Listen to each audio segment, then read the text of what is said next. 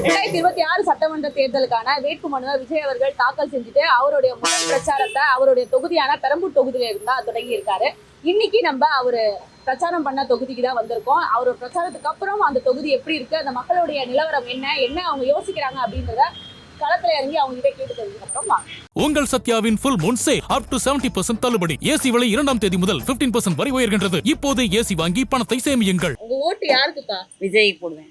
நேற்று வந்து பிரச்சாரம் பண்ணதுக்கு அப்புறம் இந்த முடிவா இல்ல எங்க வீட்ல எல்லாமே விஜய் தான் போடுவாங்க. எத்தனை பேர் உங்க வீட்ல? எங்க வீட்ல 4 பேருமா. இப்ப 4 பேரும் விஜய்க்கு தான். விஜய் தான். டிவி கேக்குது. செலிபிரிட்டி தான். எப்பவுமே டிஎம்கே தான். டிவிக்கு தான் எப்பவுமே டிவி. என் ஓட்டா எங்க அண்ணனுக்கு தான். உங்க அண்ணன் யாருன்னு சொல்லுங்க. விஜய் அண்ணனுக்கு தான். டிஎம்கே தான். நீங்க டிஎம்கே தான். நாங்களா டிஎம்கே தான். அக்கா டிஎம்கே தான். என்னோட ஓட்டு டிஎம்கே தான். ஸ்டாலின் தான். சூரியனுக்கு தான் போடுவோம்.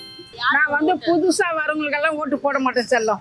நான் உண்மையிலேயே நான் ஸ்டாலினுக்கு தான் போடுவேன். ஏன்னு கேளு, எனக்கு முதல்ல இருந்தே நான் போட்டு பழக்கம் ஆயிட்டேன். நான் உங்களோட போய் சொல்ல விரும்பல. நான் ஸ்டாலினுக்கு தான் நான் போடுவேன். புதுசா வரவங்களுக்கெல்லாம் போட மாட்டேன் செல்லம். ஏன்னா 73 வயசு ஆகுது. ஃபர்ஸ்ட் காங்கிரஸ்க்கு போட்டேன் 3 வாட்டி. அதுக்கப்புறம் நான் கலைஞருக்கு தான் போட்டுருக்கேன். ஏடிஎம்கே தான். நேத்து வந்து விஜய் அவர்கள் வந்து பிரச்சாரம் பண்ணிட்டு போயிருக்காரு, பேசிட்டு போயிருக்காரு. சரிங்க. அதை பத்தி நீங்க என்ன நினைக்கிறீங்க? நீங்க போனீங்களா, கேட்டீங்களா? இல்லம்மா, நான் கேட்டேன், நான் நியூஸ்ல பார்த்தேன். ஆனா பிரச்சாரம்ன்றது அவருக்கு என்ன கேண்டிடேட் நேமே சொல்ல தெரியல. அவருக்கு கேண்டிடேட் நேமே வந்து மாத்தி சொல்றாரு. எப்படி நம்பி மக்கள் ஓட்டு போடுவாங்க?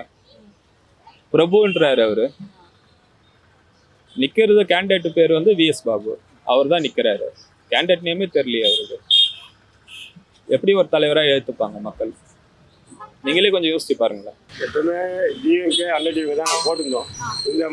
இந்த வாட்டி ஒரு மாற்று வர்றதுக்கு என் ஓட்டு விஜய் தளபதி விஜய் தான். மாற்று வரணுமா? எப்போ பாரு இவங்க ஏடிஎம்கேனா டிஎம்கே போனால் டிஎம்கே இப்படியே தான் ஒரு மாற்றம் கொண்டு வந்தா அது விஜய் மட்டும் தான். என் ஓட்டு விஜய் மட்டும் தான். இருந்திருந்தாருன்னா விஜயகாந்த் தான் போதா ஐடியா வச்சிருந்தேன். அவர் இல்லை இப்போ. ஆனால் சரியா கூட்டணி கட்சியில இருக்காங்க இல்லையா, அதனால இல்லை. அவர் இருக்கும் போது தான் போட்டிருப்பேன். அவர் இல்லாத போது வேலைக்கு ஆகுது எதுவுமே. இப்போ ஃபஸ்ட்டு நாங்கள் அம்மாவுக்கு தான் போட்டிருந்தோம். அவங்க இல்லை. அவங்க இல்லாதனால டவுட் தான். நான் விஜய்க்கு தான் போடுவேன். எதனால விஜய்க்கு?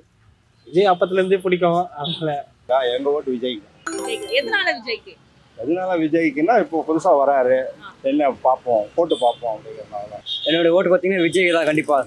என்னை பார்த்தீங்கன்னா நான் விஜய் ரசிகர். எனக்கு ரொம்ப சின்ன வயசுலேருந்து எனக்கு விஜய் தான் ரொம்ப பிடிக்கும். ஆனால் ஒரே ஒரு காரணம் வந்து பார்த்தீங்கன்னா ஸ்டாலினுக்கு நேற்று பயம் வந்துருச்சு. இந்த தொகுதிக்கு வந்து பார்த்தீங்கன்னா ஸ்டாலின் கண்டிப்பாக பயம் வந்துருச்சு விஜய் உள்ள கூட்டத்துக்கு. ஆனால் கண்டிப்பாக சொல்கிறேன் 234 தொகுதியில் கண்டிப்பாக விஜய் தான் ஜெயிப்பார். என்னோட பொறுத்தவரை பார்த்தீங்கன்னா கண்டிப்பாக விஜய் தான் ஓட்டு. ஆனால் கண்டிப்பாக விஜய் தான் ஜெயிப்பார். வேறு யாரும் ஜெயிக்க வாய்ப்பு கிடையாது. டிவிக்கே தான் என் ஓட்டு. என் ஓட்டு என் தம்பி அம்மா எல்லாருமே டிவிக்கு தான் போடுவாங்க. முக்கியமாக வந்து ஒரே விஷயம் தான் என்னை பொறுத்த வரைக்கும் பிரச்சனை வந்து பொண்ணுங்களுக்கு வந்து சேஃப்டி இல்லாமல் இருக்குது. அது யாருமே வந்து எடுத்து பண்ணுறது கிடையாது.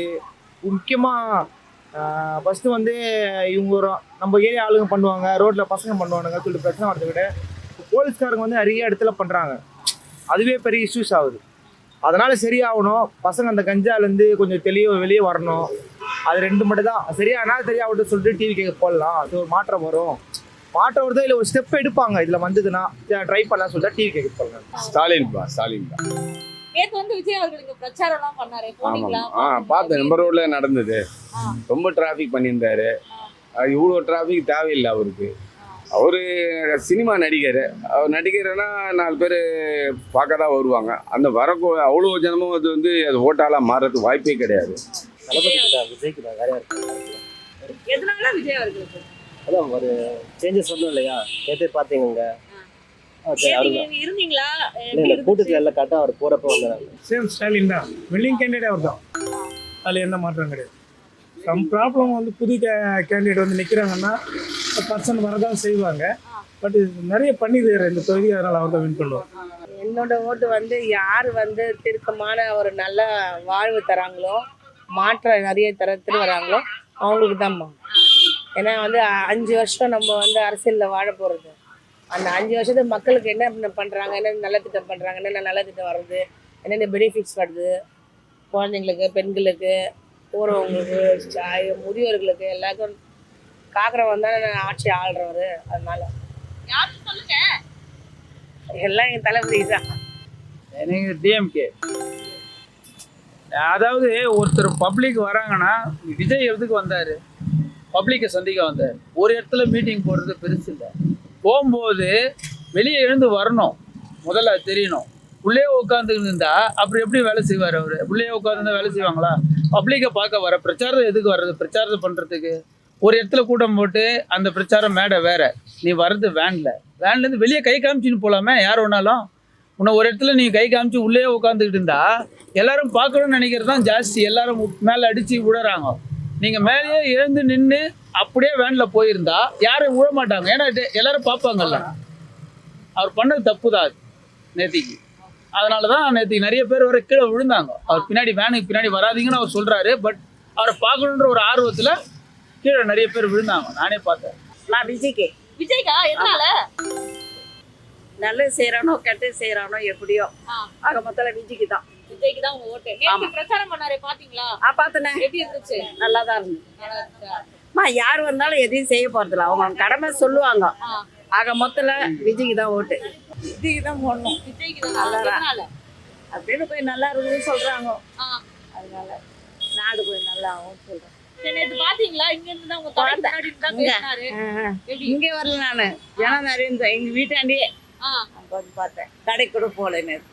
கன்ஃபார்மாக டிவிக்கே தான். ஏன்னா வந்து பார்த்தீங்கன்னா எங்களுக்கு பொறுத்த வரைக்கும் 2 விஷயம். ஒன்று வந்து பார்த்தீங்கன்னா வந்து கட்டணத்துலேருந்து எதுவுமே ஏற்றலை. 2வது எல்லா விலைவாசியும் வந்து இன்க்ரீஸ் ஆயிடுச்சு. இப்போது அடுத்தது வந்து பார்த்தீங்கன்னா ஏடிஎம்கே வந்து ஆல்ரெடி வந்து எங்களுக்கு இப்போ பண்ண மாதிரிலாம் தெரியல எதுவுமே. அதனால் வந்து புதுசாக எதனா ஆள் வரணும்னும் போது இப்போ டிவிக்கே தான் கொஞ்சம் வெயிட் ஆகுதாங்க. அதனால் வந்து முக்கால்வாசி எங்கள் ஆட்டோ இதுலேருந்து எல்லாருமே வந்து டிவிக்கே தான் ஓட்டு போடுற மாதிரி பிளான்.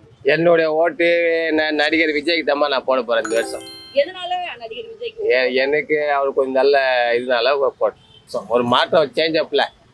அப்போ இவங்களே 2 வருஷம் அப்படியே மாற்றி இது பண்ணிக்கிறாங்க. ஒரு புதுசாக வந்து அவங்க எதனா பண்ணலான்னு பார்க்கலாம். தொகுதியில நேற்று வந்து விஜய் அவர்கள் பிரச்சாரம் பண்ணிட்டு போனீங்களா? பாத்தீங்களா? இந்த வேலை நின்றுட்டு இருந்தாரு. பார்க்க முடியலண்ணா. கூட்டம் ஹெவியான கூட்டம். அதனால அவர் அந்த பக்கம் நின்று இருந்தாரு. இங்கேருந்து பார்க்க முடியல. உங்கள் ஓட்டு ஏடிஎம்கே. தெரியல, இன்னும் டிசைட் பண்ணல. அப்படியே ஒரு டபுள் மைண்டடாக போயிட்டு 20 நாள் தான் இருக்கீங்க. ஒரு மாற்றம் வரணும்னு நினைப்பீங்க இல்லையா? கண்டிப்பாக வரணும். ஆனால் தெரியல, யோசிச்சுட்டே இருக்கும். ஏன்னா நான் நேற்று இங்கே நடந்தது இல்லையா, ரொம்ப டிஃபிகல்ட்டாக இருந்த மாதிரி எனக்கு தோணுச்சு. ஆனால் ஆக்சுவலாக நாங்கள் இங்கே தான் இருந்தோம். அப்புறமா தான் கிளம்பி நாங்கள் போகிறதுக்கு 5 o'clock தான் வர மாதிரி இருந்தது. ஆனால் அதுக்கு முன்னாடியே எங்களுக்கு ரொம்ப டிஃபிகல்ட்டாக இருந்தது. இங்கேருந்து போகவே முடியல. அந்த மாதிரி ரொம்ப இதாக இருந்தது. அதே கொஞ்சம் யோசனையாக இருக்குது. என்ன நடக்குதுன்னே தெரியல. ஸோ யோசனை பண்ணிட்டு பண்ணலாம். டிஎம்கேக்கு தான். நீங்க நேத்து இருந்தீங்களா இங்க? விஜய் அவர்கள் உங்க தொகுதியில பிரச்சாரம் பண்ணாரு. எப்படி இருந்தது? நீங்க இருந்தீங்களா? பாத்தீங்களா? அவர் எங்க பிரச்சாரமா பண்ணாரு? சும்மா வந்துட்டு கையை காட்டிட்டு போயிட்டாரு. அதான், வேற ஒன்றும் இல்லைங்க. உள்ளேயே இதுக்குள்ளேயே நின்று கார்லயே இருந்துட்டு போயிட்டாரு. வேற ஒன்று அதெல்லாம் வர முடியாது. அவர் கஷ்டம் தான்.